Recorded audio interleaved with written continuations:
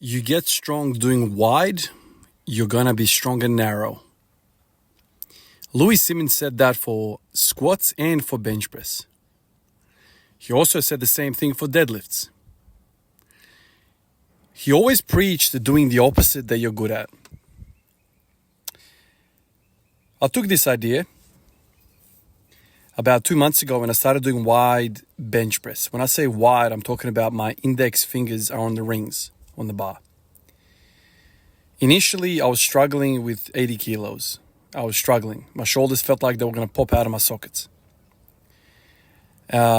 Started doing sets of 5, sets of 5, sets of 5. Then I got to 90 kilos, then 100 kilos. Today I did 115, damn near 5 sets of 5. 115 I did 4 sets of 5, and in the last set I did 4. Maybe I could have pushed another rep, but my shoulders started to feel a little bit iffy, so I stopped. I've been doing this for 2 months. Initially I thought I'll do a 3-week kind of block, and then I'll go back to my strong grip, and then I'll just go back and forth, back and forth. The reason why I didn't do that is because wide bench press has been going up damn near every session. Either I'm adding a set or a rep. For the most part, I've said when I get to 5 sets of 5, I up the weight. And that's what I've done. Today I did 115 for 5, damn near 5 sets of 5. And so the next session, I reckon I'll go to 120. Now, doing 120 for a set of 5 is pretty much what I was doing with my normal grip, which is a thumb away from, or the length of the thumb away from the smooth. So very, very narrow. That's kind of where my strongest is. And the reason for me kind of liking what Louis was saying was because, well, I'm very wide. I'm very weak in the wide. So what's happening wide? You know, lots of shoulders, lots of pecs in kind of different strands. So I did this, and I feel like now my wide is pretty much, maybe not 100%, but pretty much very close to my narrow. But I'll keep going, and I'll keep pushing this idea until it stops improving, until something stops me. So instead of having these arbitrary 3-week cycles, I decided to I don't want to stop doing something that's really, really working. And so with the bench press, it's gone damn near 8 weeks now. I'll have to have a look at the book, but it's probably been even more than 2 months. It's been a while. And the frequency initially was like every 3 days, then it went to every 4 days, and now it's every 5 days because of the setup that I've got with the core work and, the upper-lower splits times 2. But it makes you think. It makes you wonder. It makes you think what's going on there. Is it just the basic principle of do what you're weak at and everything will improve? But I'm really intrigued to see whether when I go back to my narrow, whether everything improves. Whether my narrow has now gone up more than 152 kilos. I was talking to that fella at the gym that I made a video about maybe a few weeks ago. The guy that's 23 years old that can bench 207 kilos. And I was bouncing these ideas off of him, and he said, it's not going to help you, man. It's not going to help you. If you want to get good at narrow, you're going to have to do some tricep work and that kind of stuff. So he thinks it's not going to carry over, which is fair enough. I mean, he's way more advanced than me and he probably has a lot of experience when it comes to this. But Louis always said that if you go wide, your narrow will improve. And I think the thinking behind that is that, for me, I've always felt weak off the chest. Weak off the chest, always. So narrow, technically, is all, well, not all, but it's mostly triceps. So over time, if you continue to do that, your chest doesn't get the same attention. And so when you go wide, you really get exposed because now you are predominantly relying upon that chest to get you off the chest. This is why my numbers were so poor initially when I started doing the wide. So I'll go back to my strong grip, and let's say in a few weeks. I've got strong triceps, I can push that out. And now I've got a chest that I can get out of the hole. Maybe this is going to translate. So I'm really intrigued to see if it's going to carry over. Really, really intrigued. The same could be said, for deadlifts. If you have the room in your program, man, just start doing some sumos. I know, sumos have like a cult following, and then there's also a cult hatred following.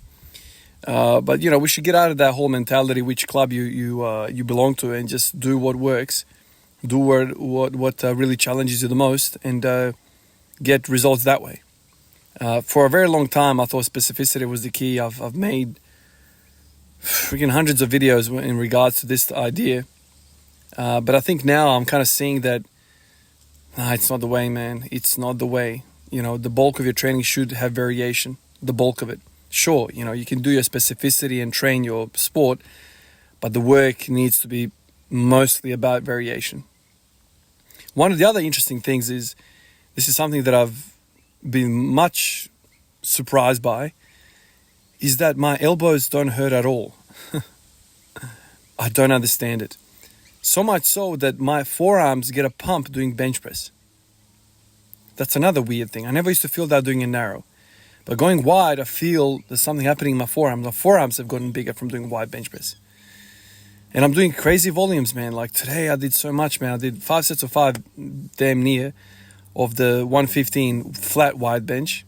And then I went over to the decline. I went nuts with that as well, man. Like I did 3, 4, 5, 6, 7. I think that's 7 sets of pyramiding up and down. Lots of volume.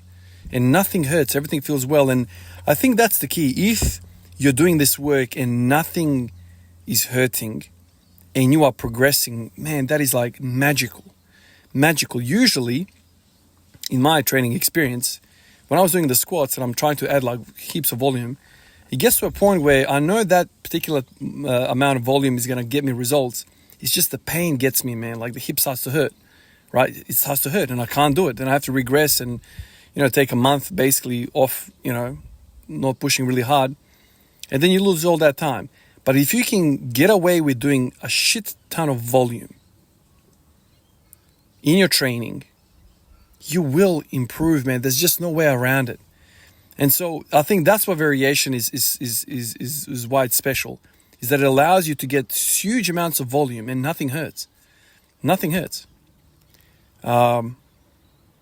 It takes a bit of a ego hit, right? Because instead of me benching 140, 145 for doubles and triples, I'm now working with 100 kilos for sets of 5, then 110, then 115. It's like, your ego needs to get in check. But that's what happens. That's what you need to do. Makes me wonder. It really just makes me wonder whether it's just the rule of you go wide, everything improves, and you should just spend most of your time training wide, or if it's just a function of variation.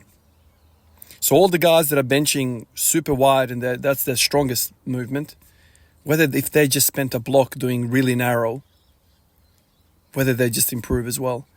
It's a really interesting topic, and it's something that Louis always talked about. And then, Tate and Wenning, all those boys that came out of Louis' gym, I know Wenning always used to say that don't worry about narrow anything. He's like, if I can squat 500 pounds wide, you can book your bottom dollar that I can squat 500 narrow as well, which kind of is hard to understand. It's hard to fathom, but at least the bench press, I feel like it's working. My body is rewarding me. I'm adding tissue. I'm adding strength in the wide. I'm just so intrigued to see if it's going to work when I go narrow. I'm like so curious. And today I thought, if I don't better, so last week I did 1 set of 5, and then I did the second set and I go 4. I tapped out there. My shoulder started to feel a little bit off. And so I thought, you know what, if today goes the same way, my shoulder starts to kind of feel a little bit weird, get out of the wide completely and just start doing narrow again and go do 3-4 weeks of narrow just to give the shoulders a rest. It didn't. My shoulders felt great. So I'll continue to do wide. I wonder whether it's a case of if you overdo wide, your shoulders hurt. If you overdo narrow, your elbows hurt. So whether you just keep bouncing between the two extremes and get volume in. So still huge volumes every week. It's just you're running around the pain, and the pain is trying to chase you, but it can never get there because you're not accumulating enough damage in one style for there to be proper inflammation and proper trouble that you're kind of getting inhibited now session to session. I literally feel like I'm just running away from the pain. And same thing with the squats, man. Like, my volume on my competition squat, my proper squat that I'm trying to improve, is damn near non-existent, man. All I'm doing is singles. All of my training, all of the squatting, the pushing with the legs is in the hack squat and is in the belt squat. I am not doing the competition stuff anymore. I'm just not. I'm just practicing the sport. I'm just shooting free throws. That's all I'm doing. Everything else is being done through variation of these accessories. Simple as that. It's just, I think that's the biggest thing that I've learned this year. You know, I've had a couple of freaking amazing periods, man. At the start of the year, I was going crazy with the bench press. You know, maybe March, April, started going crazy with the AMRAP sets with squats. Hit 180 for 13. And now towards the 3 quarters of the year, you know, September, I've now, you know, hit a PR with the squats, and I'm doing hack squats, and I'm doing belt squats. So there's something to be extracted through there, from there. It's just, yeah, this has been a very successful year. And I will sit down and I will write up a summary of this at the end of the year like I always do. But this has probably been the most successful year of my training. And it's because I let go of some of the, you know, hard-held beliefs that I had from various different sources. And I just started kind of letting go and going into high repetitions. Started the year for AMRAPs. Huge variation this time of the year. With the bench press, huge amounts of forearm work. Like I started like moving away from this extreme views of specificity, started doing variation. I did arm wrestling at the start of the year, got really good at bench press. I started doing like huge AMRAPs with squats, I got better at squats. Now I'm doing hack squats and belt squats, and I'm feeling really good as well. And getting stronger. Interesting stuff, man. Really interesting stuff. Anyway, guys, I have to get out of here and go to work. I will catch you guys in the next one. Peace out.